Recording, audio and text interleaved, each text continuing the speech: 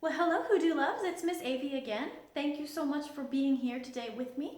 And for those of you who are new to my channel, I am Miss Avi. I am from Hoodoo Delish. I don't know if you found me here on YouTube or on Facebook, but either way, welcome, and I'm very glad to have you.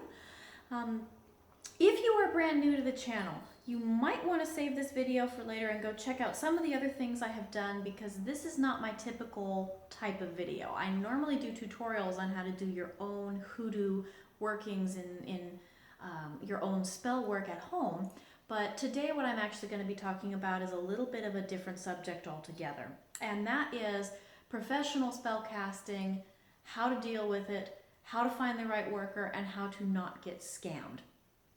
Now, some of you who are on my Facebook page will probably have seen that I posted about this about a week ago. At the time of making this video, I think it's been about a week. And I said, I have a lot of people that ask me in my email, I would say I get this question every day: how do I choose a spiritual worker? When I need help, how do I know if someone is legit? How do I know that I'm not getting scammed? How can I find someone that I can communicate well with? All of that. And so I posted and said, should I do a video about this, because is it a conflict of interest with me being a spiritual worker? And full disclosure, I do offer professional spell work. That's not what I'm here to talk about today, but I don't want anyone to feel like I didn't tell them that going into this video. So I posted and said, should I do a video on this, telling people what are some criteria that I personally have used when I needed work done to select someone that was going to be helpful to me? And the overwhelming result was you guys all said yes, you wanted me to do this video. So here it is. And this video is going to have two parts. The first part is going to be how to choose a worker that is going to work for you. And the second part is going to be how to not get scammed or ripped off. So diving in with part number one here, I want to make it clear that I'm speaking today not as a worker myself, but as someone who has in the past needed spiritual work. And a couple years back, I had a couple of situations, especially in my romantic life, that were going on that were just really tough. They were difficult, and I just couldn't deal with them. And when you're really emotionally involved in something, even if you are a very, very proficient worker, it can be very hard to get a sort of a sense of clarity on what needs to happen and in what sequence and proportion and all of that. So because of that, I decided to seek out someone that could help me with the work that I needed done. Now, I am not going to name any names of anyone in particular in either one of these videos. I am neither going to recommend any professional workers, nor am I going to decry anybody. I'm just going to tell you some things that I use as a criteria to find somebody for me. Now, having a little bit of expertise in spiritual work myself, that did make me, I guess, have a little bit of an easier time knowing what I was looking for. So when I went into the process of choosing a worker, there were a couple of things that I started out with. Number one, I gave myself a budget, and I said, this particular issue in my life is important, and it is important to me up to this amount of money. And that was kind of, I had an ideal number of this is what I would like to invest, and I had a maximum number of this is what I'm willing to invest if necessary. And I just kind of had that in my own head and my own heart, and I balanced it with my actual budget for my practical life, and I had that set so that I knew where I was at financially before I even contacted anybody. Now, the next thing that I did was I started to look for who provided the kind of services that I was looking for, and what kind of information could I find about the services that they did. I began looking for root workers and spiritual workers, and I had kind of a little list of what I was in particular seeking. First and foremost, I decided I wanted someone that had a consistent internet presence. So if they had a page, if they ran groups, if they had an Instagram, a Twitter, a Facebook, other social media, if they had their own website that had been in place for a while, that was a big priority for me, because when you're dealing with someone who has a reasonably consistent presence, that is a good indicator of someone who is actually building a business. They're actually building relationships with clients, and they are at least successful enough in their endeavors and their customer service that they are able to continue doing that, and they're not, having to completely delete their business and start over. So that was a big priority for me, was finding someone who had a consistent internet presence. I also decided that I wanted somebody who was willing to present photographs and evidence of their work. There are a lot of workers who, for legitimate, I will say legitimate tradition reasons, do not want to show photos or videos of their work.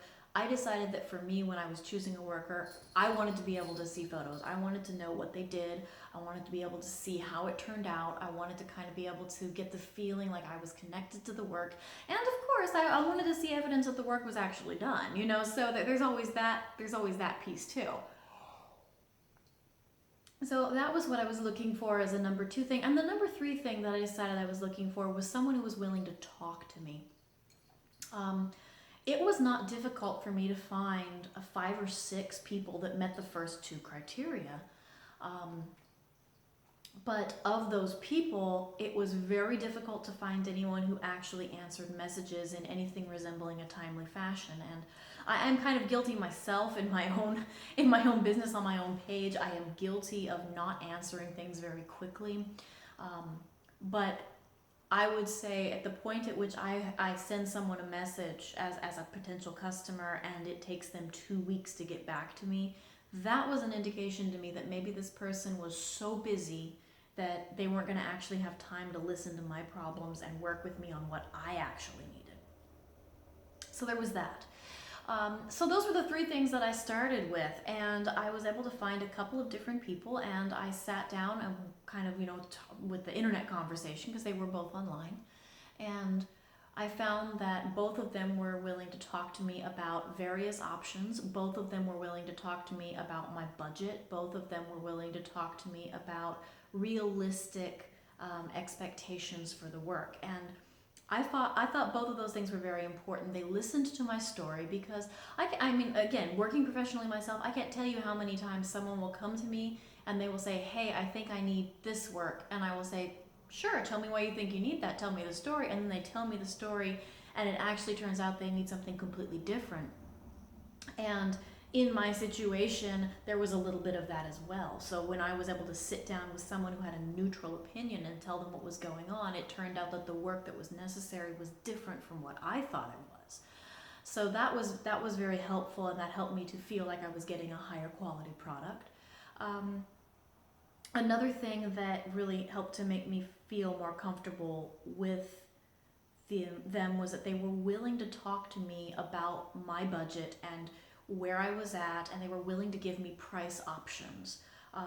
One of the people that I dealt with was just very much say, okay, what's your budget? I can kind of tell you what I'm able to do for that amount of money. The other person had a website, had very specific pricing, and could kind of show me things that were within my price range. I liked both of those options, honestly. Either one of those was fine with me. And they were respectful, I will say. They were respectful of my budget.